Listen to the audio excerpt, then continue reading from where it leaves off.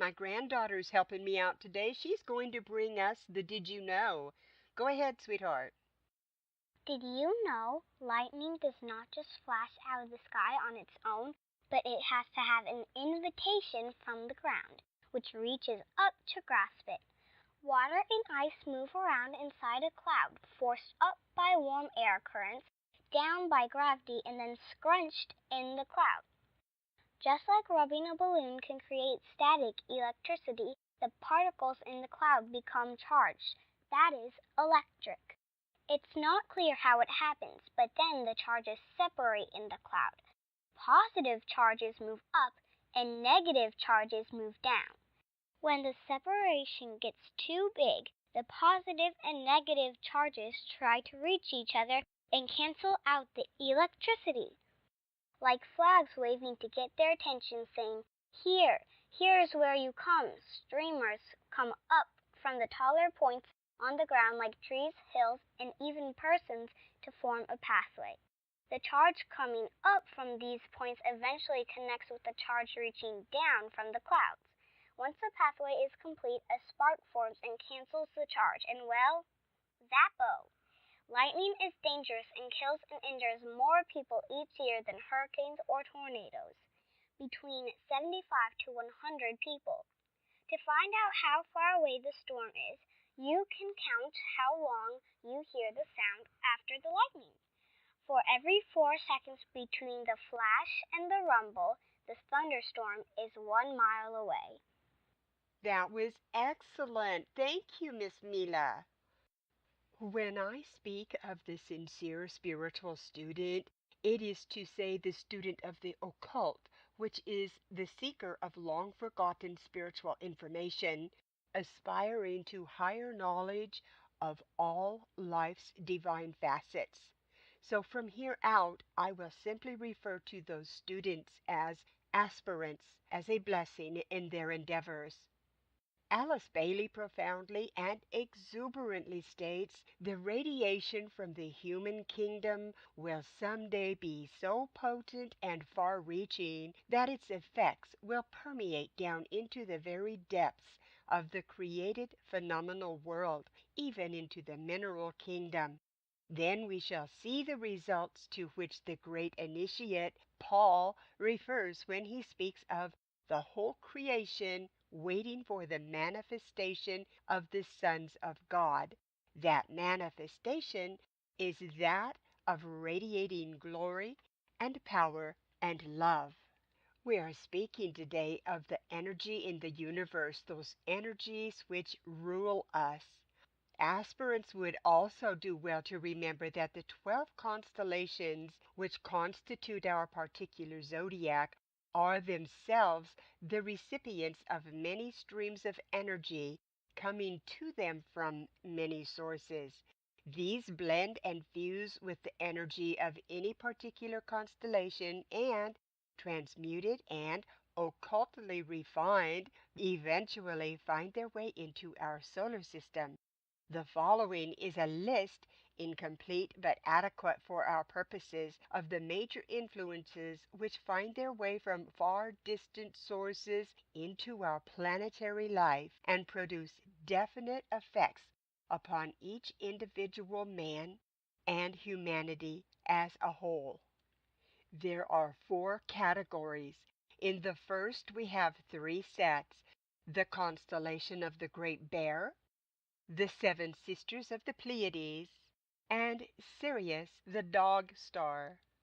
In the second category, we have 3 sets, the first being the 7 solar systems, of which ours is one, and 2, the 7 sacred planets, of which ours is not one, and 3, the 5 non-sacred planets or hidden planets.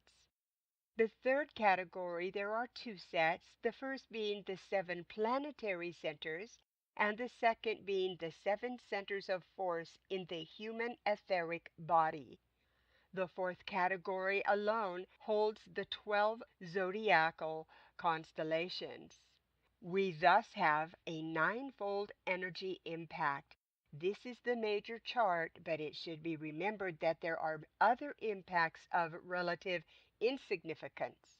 To these would be added other streams of energy which definitely play upon and affect our planetary life, such as those coming from that great star Betelgeuse, or from Antares, and other stupendous suns and solar systems which are related to the constellations of the zodiac and whose force reaches us through those constellations and not directly.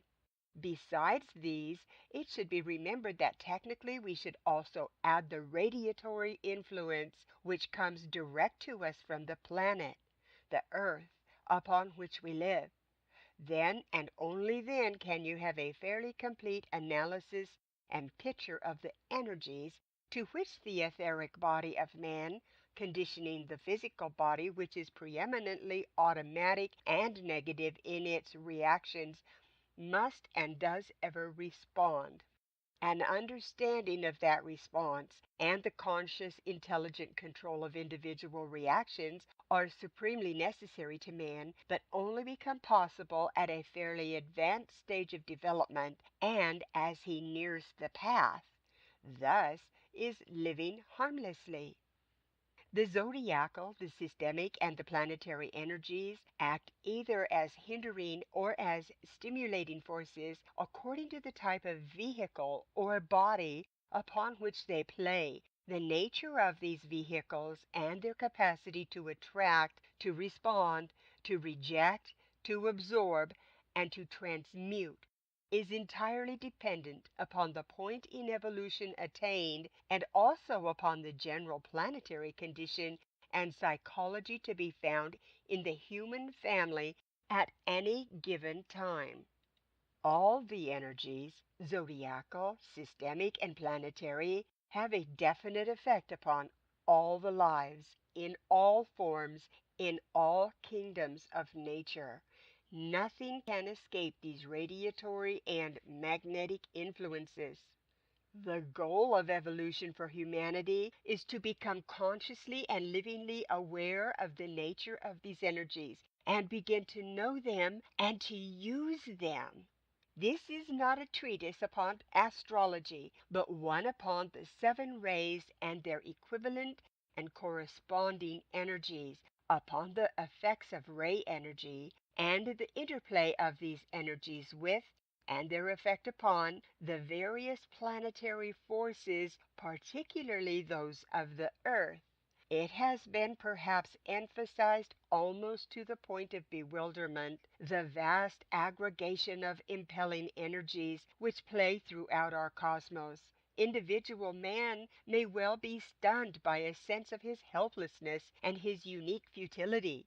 But this is only due to the relatively undeveloped state of his receiving apparatus, that is, his mental plane.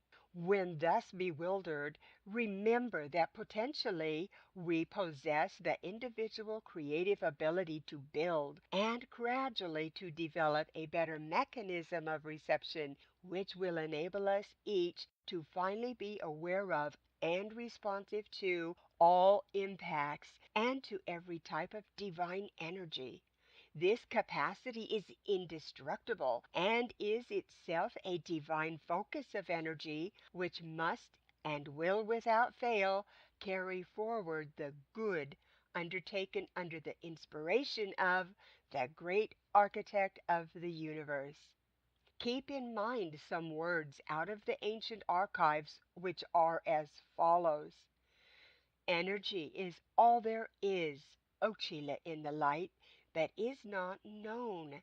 It is the cause of knowledge, and its application and its comprehension lead to expanded understanding. Through energy the worlds were made, and through that energy they make progression. Through energy the forms unfold and die. Through energy the kingdoms manifest and disappear below the threshold of the world which ever is and which will be forever. Through energy the cross is mounted. And from the vortex of the four uniting forces, the aspirant passes through the door and is propelled into the light, a light which grows from cycle unto cycle and is known as supernal energy itself. The keynotes upon which the energy philosophy is built are: there is nothing in manifestation except organized living energy. Energy follows or conforms itself to thought. The aspirant works in energy and with energies. The physical plane areas and localities which constitute the present modern exits of energies through which directed energies can pass to carry out the creative process are five in number. That would be New York, London, Geneva, Darjeeling, and Tokyo. These five form a five-pointed star of interlocking energies symbolic of the major divisions of our modern civilization. At each one of these five centers, one of the masters will be found present, and a vortex of spiritual forces will there be organized to hasten and materialize the plans of the Christ for the new and coming world cycle. The life of the aspirant is consciously lived in the world of energies. Those energies have always been present, for the whole of existence in all kingdoms of nature is manifested energy. But men are not aware of this. They are not conscious, for instance, when they succumb to irritation and find themselves voicing that irritation in loud words or in angry thought, that they are taking astral, emotional energy and recklessly using it. The abuse of this energy admits them with ease to a level of emotional living which is not suitable for them. Continual use of this energy brings about what ageless wisdom has called habits of residence, which imperil the resident. It is when the aspirant recognizes that he himself is composed of energy units held in coherent expression by a still stronger energy, that of integration, that he begins consciously to work in a world of forces similarly composed. He then begins to use energy of a certain kind and selectively. This world of energy in which he lives and moves and has his being is the living, organized vehicle of manifestation through which energies are circulating all the time and are in constant movement, being directed and controlled. The spiritual hierarchy of our planet is just such a unified vortex. Humanity itself is another, and one which is today in a condition of almost violent activity owing to its becoming a focus of divine attention. The work of the aspirant is to arrive at an understanding of these forces and so learn their nature and their use, their potency and their vibratory rate. He has also to learn to recognize their source and be able to differentiate between forces, energies, and rays. For the beginner, a clear distinction can be made between forces and energies by appreciating the fact that personalities affect us through the forces emanating from their form aspect, but that these same personalities, purified and aligned, can be transmitters of the energies of the soul. Aspirants must learn that they are working with and in forces, and that right and wrong activity on the physical plane is due simply to a right or wrong direction of the force currents, and not to anything inherently wrong or right in the energies themselves. All that is occurring is an evidence of energy and is expressive of force. That is the factor never to be forgotten. It is essential that you recognize them as existing. There is little that you, as individuals or groups, can do about them beyond seeing to it that there is nothing in you which could make you, unimportant as you may be, a focal point of hate, separation, fear, pride, and other characteristics which feed the fires which threaten to bring disaster to the world.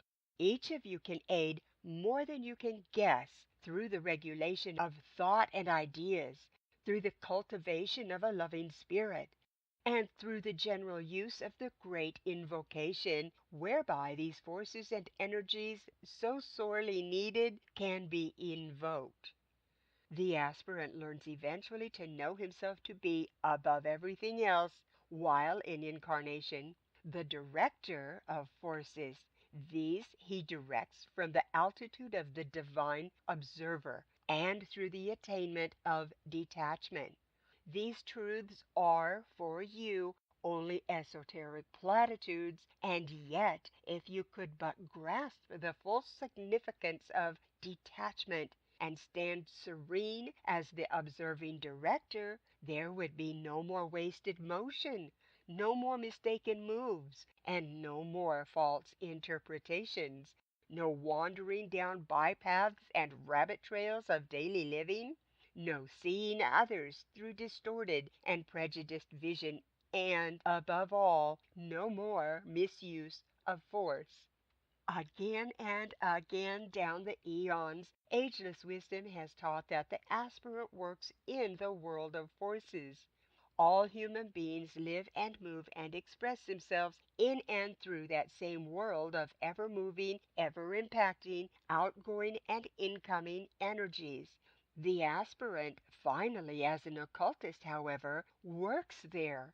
He becomes a conscious, directing agent. He creates upon the physical plane that which he desires, and that which he desires is the pattern of things, and the design laid down upon the trestle board of the spiritual consciousness of the great divine architect. Alice Bailey continues in her book, Ponder, man moves in a whirlpool of forces of all types and qualities. He is composed of energies in every part of his manifested and unmanifested expression. He is, therefore, related to all other energies. Energies and forces are pouring upon our system and our planetary lives ceaselessly, potently, and cyclically. Yet they are only regarded today as existing when definite response is invoked. They come from all kinds of sources extraneous to our system and planetary schemes, but until man responds and registers them, both scientists and astrologers fail to recognize them, and they are as if they were not. This is a point to bear in mind, for it may be indicated some sources of active energy which may as yet be unknown to you as playing upon our system and its contents. The difficulty will not be because of any inaccuracies, but will be owing to the lack of insensitivity in the mechanism of response which mankind and aspirants are at present utilizing on the mental plane. All diseases, except those due to accidents, wounds resulting in infections, and epidemics, can, in the last analysis, be traced to some condition of the centers, and therefore to energy running wild, to energy overactive and misdirected, or insufficient and lacking altogether, or retained instead of used and transmuted into a higher corresponding center of energy. The energy and forces constitute the sum total of all that is. This is another basic truism or platitude upon which the science of occultism is built, and which the healing art must recognize. There is, in manifestation, nothing else of any kind whatsoever. Disease itself is a form of active energy demonstrating in forces which destroy or produce death. Therefore, if our basic premise is correct, disease is also a form of divine expression, for what we know to be evil is also the reverse side of that which we call good. Shall we belittle the subject or cause a false impression if we regard evil, at least as far as disease is concerned, as misplaced or maladjusted good? Will you misunderstand if I say that disease is energy which is not functioning as desired or according to plan? Inpouring energies are brought into relation with forces, and good health, strong and adequate forms, and vital activity will result. The same inpouring energies can, however, be brought into relation with the same forces and a point of friction be set up, producing a diseased area, pain, suffering, and perhaps death. The energies and the forces remain of the same essentially divine nature, but the relationship established has produced the problem. If this statement is studied, it will be obvious that a definition such as that can be used to cover all forms of difficulty, and that the ultimate producer of the situation, either good or evil, is the relationship aspect. This statement is of major importance in all your thinking. It must be increasingly borne in mind that there is nothing in the created world but energy in motion, and that every thought directs some aspect of that energy, though always within the sphere of influence of some greater thinking directing energy. We are on the verge of entering a new era in scientific unfoldment owing to the discovery of how to release the energy of the atom. Not even the scientists responsible for the discovery have the faintest idea of the far-reaching effects of this momentous happening.